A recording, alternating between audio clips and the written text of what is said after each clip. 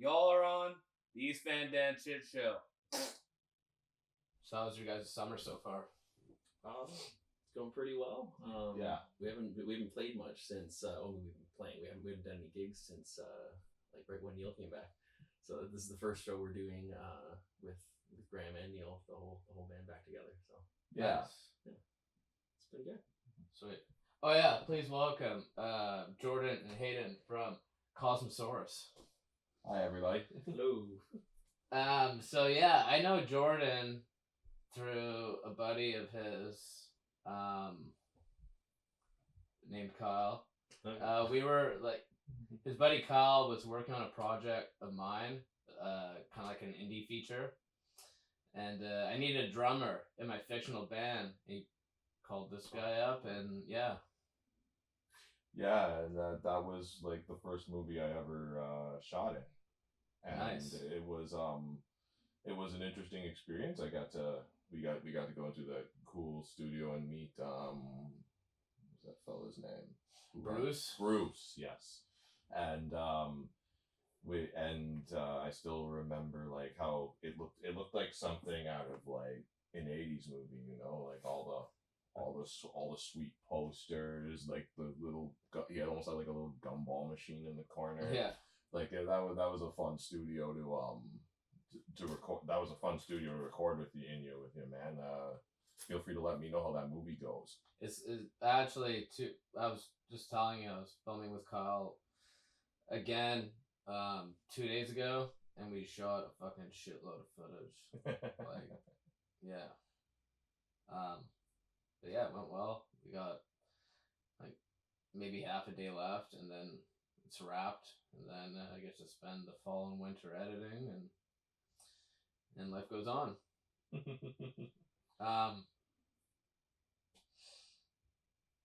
That jazz festival is this weekend. The Nanaimo Jazz Festival. Yeah. Yes. Are you playing at it? I believe I don't believe We're not. We're not as a this year. group. Are you playing with a different thing or? I'm not playing it with this year with the thing. Yeah, we did a couple years ago, but yeah. Okay, because I'm actually filming there tomorrow. Nice. Oh, sweet. Yeah, with Kyle. So I believe it was actually Kyle who got Cosmosaurus the show at the Queens when we did play at it that one year. Oh, nice. Okay. Yeah. Cool. So like, how did the band get together? All that jazz. Cool. Yeah.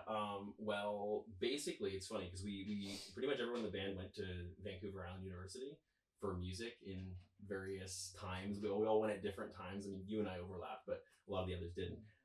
So I went through that way back in the early 2010s, and then one day I was walking downtown with my wife, and we were playing Pokemon Go, and we ran into Atana. And we had known each other from the music program. We'd never actually played, but it was the kind of thing where we were like, hey, we should jam sometime. And then we just never did. But we saw each other downtown. We're like, hey, we should actually jam sometime. Mm-hmm. And then we ended up doing that, and we started playing. We're like, we should form a band. and then Atana kind of went and like connected with everyone. I I knew you from the program, but I'd never met Graham or Neil. And then we all just sort of started jamming, and pretty quickly we were like, hey, yeah, this is fun, this is great, we should actually be a band. We were practicing in the VIU at first too. Yeah. So like it was almost like we were practicing in like this like almost like empty performance hall. Mm-hmm. And we were there for at least a couple of months. Mm-hmm. Before we did our first show, yeah. And then how long were we in there for? But until before we moved rehearsal spaces. I don't know. I think we stayed there for a while. Yeah. So basically, like we rehearsed there like pretty much every week. We just like jammed. I had a bunch of material that I had written before. So there's a lot of our initial material was stuff that I wrote just for me playing guitar and singing. And I'd always wanted to have it in a band setting, but I just didn't have the people to play with. So a lot of our early songs are just adaptations of those sort of like solo songs, and then it started expanding and seeing what the rest of the band would do to add to it. So some of the songs ended up pretty different from how they originally sounded, which is pretty cool. And then once the band started playing regularly, then I started writing music, being like, oh, because I could hear what the rest of it all sounded like. So I wrote stuff that was more formed for the band. So that's when we started writing the more progressive stuff, the stuff you can't really pull off as a single person. Yeah, playing. totally. So it enabled us to do a lot more. So that was really fun. But yeah, so when we did our first show, that was actually at the Corner Lounge. We just went. There was like an open mic kind of thing. Yes. Yeah, so we went in and we had like 2 songs. We had more prepared, but we just went in and there was a lot of people just like doing solo stuff. And then we went up, we played like 2 songs, and the guy's like, "Hey, do you want an actual show here?" We're like, "Yes, we do." So then our first show that we played was 3 sets. It was all night long, 3 full like hour-long sets of material, mostly original stuff. So it was a bit of a marathon. Okay, speaking about all that you just said, Yeah. I was listening to your guys' EP, The Odyssey. Yeah, the new one, yeah. You guys have a song that's like fucking 10 minutes long. We got a couple of those. So you just have to play that like a few times a night, and that's I know. you can play that. Yeah, that's like a set if Yeah. you play that 3 times.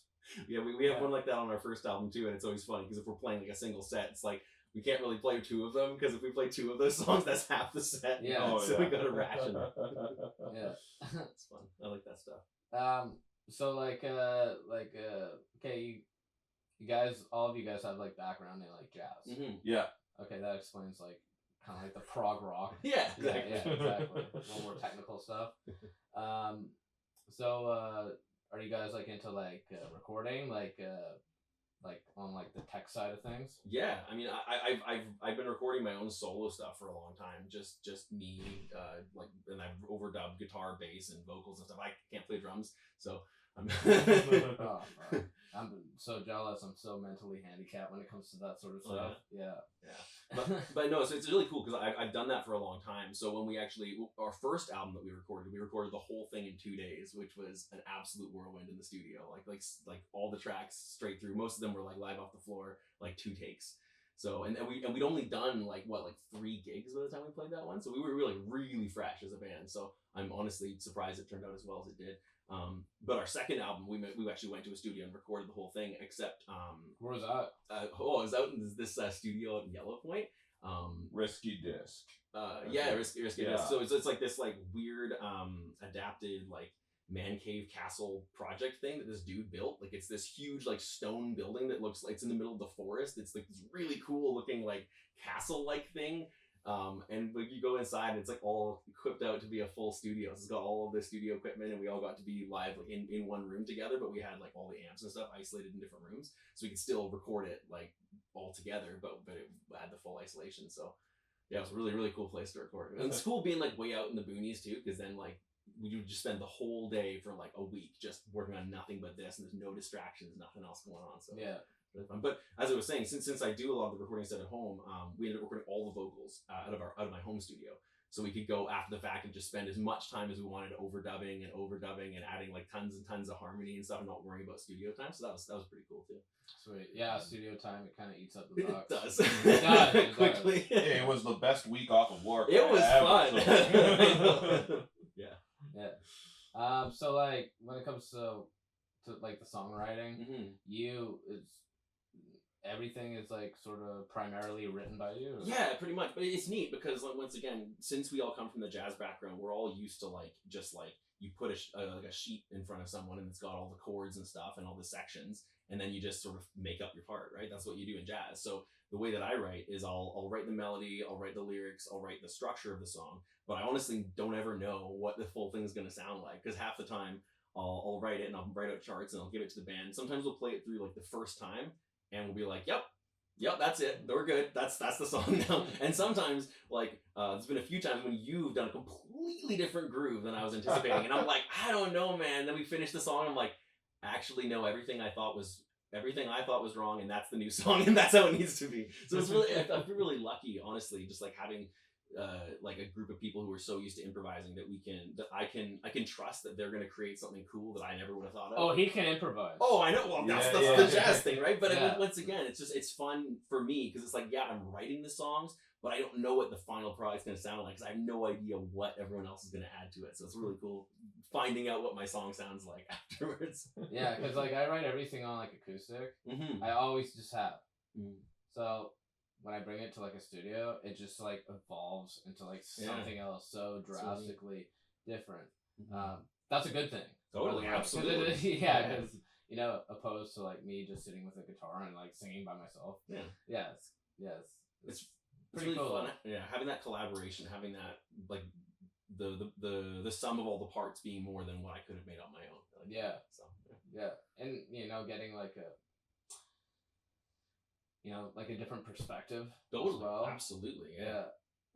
Maybe there's something just like on the spot, like you just couldn't think of, but someone else did. And I was like, fuck, that's a great idea. Well, Let's like do that. the perfect example of that is like I mentioned, I had a lot of songs that I wrote beforehand that like that we adapted to the band. So like one of the songs, "Dreams and Conclusions," it originally was a very static song. It didn't have like I didn't have like enough of a variation to it. It felt kind of, you know, linear, which was fine. And I was like, I liked it and I was happy with it. And then one day we were playing it and you started going to that like kind of like double time thing. And I was like, oh no, that's totally not. And then that was the perfect example. And then afterwards I was like, actually, wait, no, that's the actual song. And then I ended up writing a bridge for it and the entire song came together. I'm like, this song is 10 times better than it was before. So yeah, no, and like we added things as we went along with the song too. You know, like every song with us it's less like writing a book and more like growing a tree. Yeah. Right? As in like when you grow a tree, you know, it's gonna change form and it's gonna change shape as it grows a little bit. I mean, it's the same song or the same tree, but it's going to grow new branches and become more alive as it goes. Yeah, totally. Well put. Yeah. So like, what do you guys like? Guys, is like influences. Like you're an Axeman, so. Yeah. Well, I mean, it's funny because my whole family are musicians, and I always grew up listening to music and stuff. I grew up listening to lots of like Ray Charles and the Beatles and Great Big Sea and that kind of stuff. But it wasn't until I was a teenager and I discovered Audio Slave, and then I was all of a sudden like, oh my god, I have to play music. I love this. This is the best thing ever. So Chris Cornell is like my absolute like number one as far as music. Like performers, like singers, and are concerned. But yeah, the bands that I take the most influence probably like stuff like Soundgarden, Red Hot Chili Peppers, Incubus. We like sometimes do some of their covers, that kind of stuff. My favorite band right now is Big Wreck. They are. Oh really? Oh my god, yeah. Well, it's like I had this whole list of bands that I always want to see in my life, and I managed to see every single one of them except for Chris Cornell. And then he passed away, and I was like, I've never been so sad about the death of a celebrity as the day that he died, and I was just like, but. I'd have to say the next best thing is Ian Thornley because that is you know, it's kind of weird. I always said like Ian Thornley is like the Canadian Chris Cornell. That's exactly. It's like, but he's his own thing too. Like that's I don't want to just do that. Like his music, I love it. So good. Yeah, I saw Big Wreck at the Port Theater here in 2020. Is that like 2 years ago? 3? I think I was at that show. Yeah. Did Texas King open? Was it? Maybe. Jeez, I can't remember. I don't really like them. No. I mean, like I like their music. Like now they kind of sound like the Raquels, but like it's okay. But like I didn't like them live just because I didn't think it wasn't really. They didn't have charisma. It's always tough. Yeah. Sometimes it goes that way, but yeah. What about you? I said my piece. What's your favorite influence bands? Well, let's see. When I think about music, this is gonna be kind of a funny analogy because I've given this some pretty deep thought.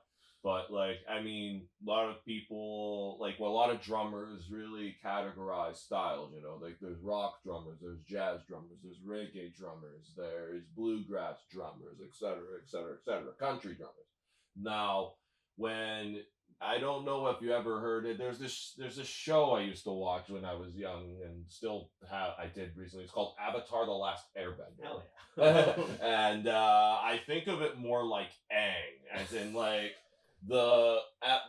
each bender, you know, water, fire, earth, and air, all spend their life learning that style of bending. Whereas I think of drumming more like I'm the avatar in the sense of every new style or groove that I learn is a new style of bending. Yeah, bring it all together. So, I like it. as far as style, that's quite a variety for me. I like Rush. I like Bob Marley and the Wailers. I like Big Wreck as well. A band I'm really into right now is one called Castle Rat. They're more. Castle You showed me them. Yeah, They're awesome. they're like. What are they like?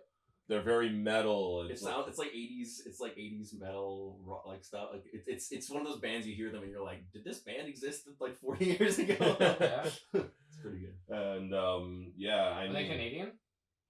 I don't know about that. I mean, I also like. I mean, I could say a lot of them. Like, I like the Eagles, the Little River Band. The Parcels is another one I really like. And I also like Miles Davis, Buddy Rich, Philly Joe Jones, Charlie Parker, Art Blakey was a big one for me. Elvin Jones is another really big influence for my drumming. And of course, John, you gotta mention John Bonham, Ginger Baker. Like there's It's a long list. I mean, there's a lot out there. It's like it almost feels like there's a lot of music, but not a lot at the same time, because it's like not everybody's doing it, but at the same time there's something everywhere in the world. Yeah. Yeah, I feel like there's a lot of Scandinavian rock bands that are fucking killer. Yeah. Oh. Yeah, just like, cause like it's different from like hair metal. Like there's like a lot of like sleaze rock bands out there. Okay. And Yes. they're fucking killer. Yeah. One of my favorite Scandinavian bands. It's so different from what we do. It's Beast in Black. Do you know them? I do. Oh, it's so good. It's like it's that perfect like. There's this one song they have which starts with this sort of like cheesy like 80s dance riff on the keyboards, and then it comes in with like super heavy metal guitars, and it's the kind of music it sounds to me like it's metal crossed with like ABBA. So it's like the catchiest choruses ever, and all the songs are like these like cheesy wonderful songs about just like the most like stereotypical metal stuff you've ever heard. There's like the song about like being killed by death and like all these things. It's so hilarious and perfect, and their showmanship is just top notch. They're so funny. Nice. Definitely recommend checking that out. I They're will check them the out. catchiest choruses ever. It's amazing. Really? Yeah, it's so good. Yeah. Do you guys got like any plans to like record like More stuff. Yeah. Yeah, I mean, we've been writing a bunch of new stuff, so we've got a whole bunch of new material that is not on our most recent album. So eventually, definitely, yeah. We've been so busy with stuff. I just completed a computer science degree, so I've been doing that alongside everything else. So Yeah. life has been nuts lately. But yeah, it's definitely on the horizon. We've got like about half an album's worth of new material, so just a couple more songs, and we'll be thinking about that in the future. But Nice. it's neat though, because like once again, our first album, going back to your tree analogy, our first album we recorded after we played like 3 gigs. So a lot of those songs where they are now has come a long way since they were on the album, right? We played them live so many times and adjusted parts and adapted things, and so some of those original songs have taken on a whole new life from where they were. And it was really cool with the second album because we got the chance to actually play these songs for an extended period of time before we actually went and recorded them. So those ones are closer on the album to how we continue to play them live. So I want to make sure that stuff we're recording now, what we'll be recording later, is going to be fully fleshed out and had a chance to work out all those kinks and find the ideal representation of them. You know? Nice. Yeah, I'm stoked for it. Yeah. We might even I was debating like even just recording like 1 or 2 songs. So we've usually just done like a full album at a time, but it would be kind of fun to do like, I don't know, like a single or something with like one of the newer songs. So Yeah, we'll see. That would be great. Yeah. So I feel as if like nowadays like there's more singles than albums. it's hard for me because I'm so old school. Like I do have an old school mentality. I just love listening to a full album. Like when I was a teenager, I did a lot of like mixes and stuff, but typically when I'm listening to music, I want to listen to the album from the first song to the last song. And I love meaty, big albums. Like if an album's like 25 minutes long, it just makes me feel sad because like finish it. I'm like, oh, but I want more. You know, especially if it's like really good. So I love those like hour plus long albums that you can just like sink into and just have the full experience. That's always been my favorite stuff. Nice. So Yeah. cool. But we may record one or two. We'll see. If your band's looking for their next gig, or you happen to be passing through Nanaimo, BC, and wanting to crush some beers and bang your fucking heads, well, look no further. Hit up the Globe Live Studio. Go to www.theglobelivestudio.com to check out their calendar or book your next gig. Be there or be square, baby.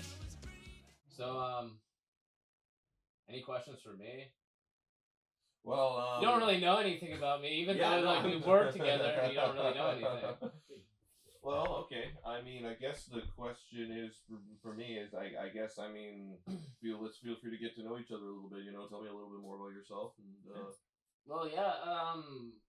Like I'm from here originally. I think I said that I lived in Vancouver for about 8 years. Yeah. Prior to August 1st, 2020. What is time? Yeah, what is time? The last couple of years are just. But no, like when I moved back here, because well now I'm a recovering addict. But I moved back here, and then I was like on the wait list for like 6 different like rehabs. So I went to detox in March 20th of last year. Did rehab for about 6 months, got out, got a job, stay sober, still sober. Congrats, man. Congrats. I think yeah, last September when I got out, I met Bruce right around that time, so I started like recording music. So I have like fucking like 14 tracks that are just like sitting where we were filming that day. So I'm looking forward to finishing that off. Yeah. You mentioned you do your own material stuff, like you said, just acoustic mostly. Yeah, well, I write everything by myself on acoustic, always have, and then like I'll just translate it to like play on like electric. Nice. Yeah. Do you play with other people much, or is it mostly just solo stuff? Mostly just me. Yeah, I already got 1 album out. Cool. So yeah, this will be my second. Yeah, have to let me know what it is after so I can take a look. Oh, it's got a pretty controversial yeah? album cover. Yeah, I'm snorting cocaine and meth off of a young lady's tramp stamp. So all right. Yeah. But yeah, it's I recorded that at Blue Light Studios over in Vancouver, and the second day I was there, I wanted to shoot like this music video, and also I was not a sober guy back then. I brought in like these couple of strippers, and like we all got naked, and the guy, the mixer, was just like, he doesn't know like what's going on. Like this is What did I sign up for? Jeez. That's my buddy. Sorry. So that was quite the experience for him. Shout out to Nick, Blue Light Studios. Yeah. He was just so fucking sick and tired of me after like recording for like 6 months. I recorded 10 tracks for the album that made the album, and then I think I have like 2 or 3 that were like left over, and I think one of those will be on my next album.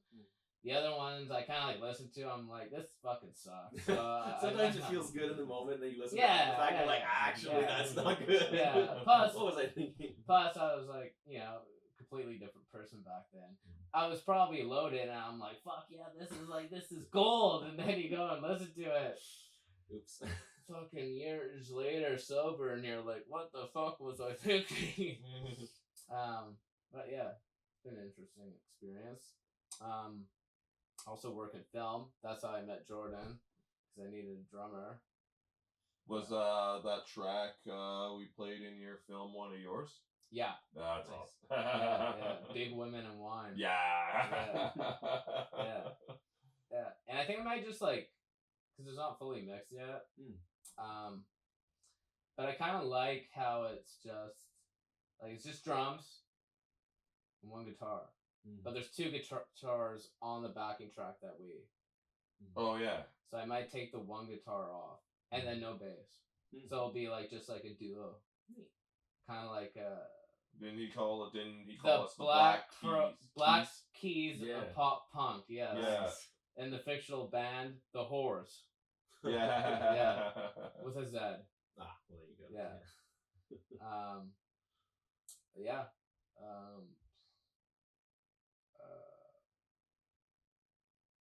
Yeah. What are your bandmates like? Yeah.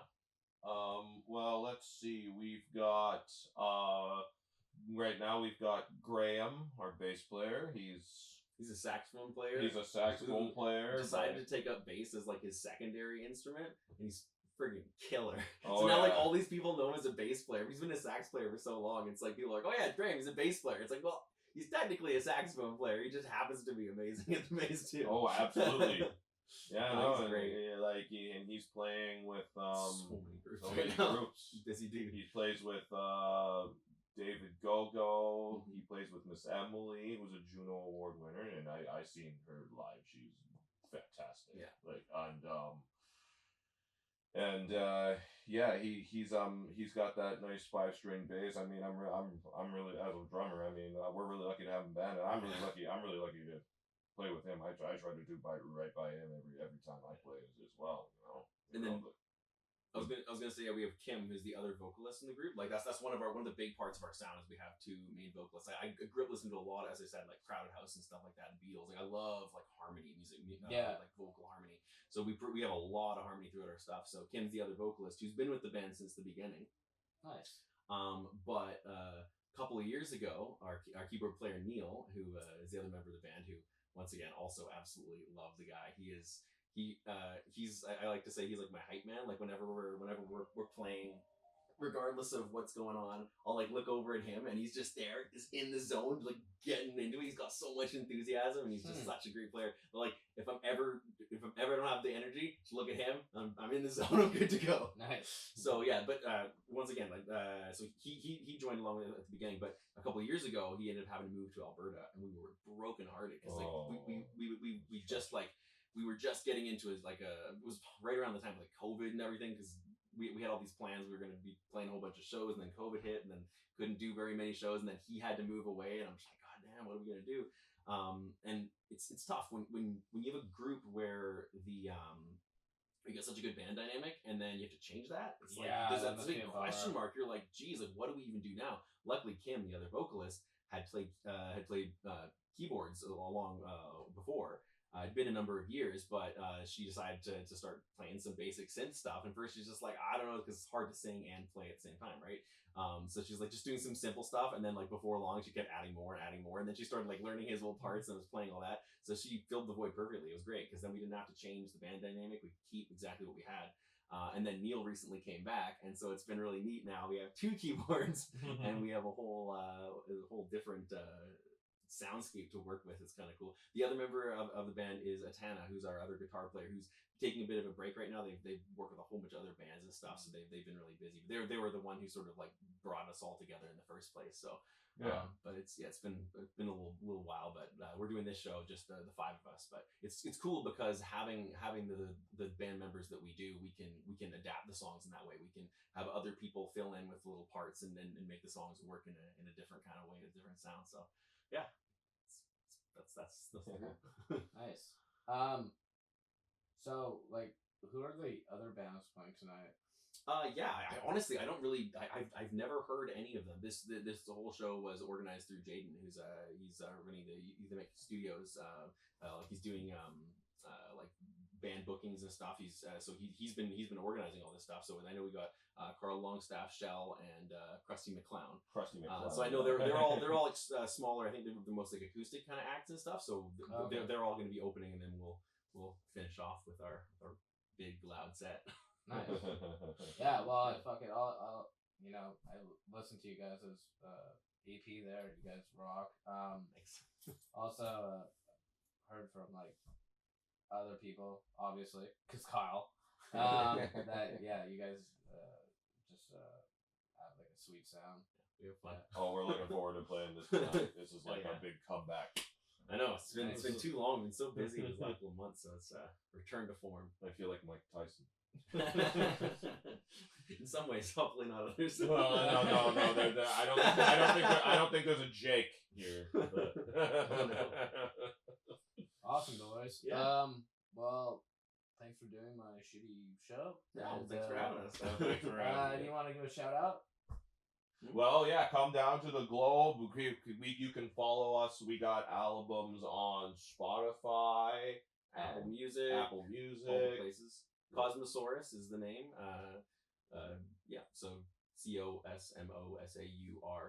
I think I spelled that right. You got it. Well, you can look at your shirt. Yeah, there we go. There's if you need to spell it, here it is. Yeah, so come on down, check us out online. We got the 2 albums out, and we have our Instagram as well, Cosmosaurus Band, just with the band on the end. Absolutely, check us out. Yeah. Our music's online. We got YouTube videos too, live. Older ones. We should make some new ones. Yeah. Awesome, boys. Yeah.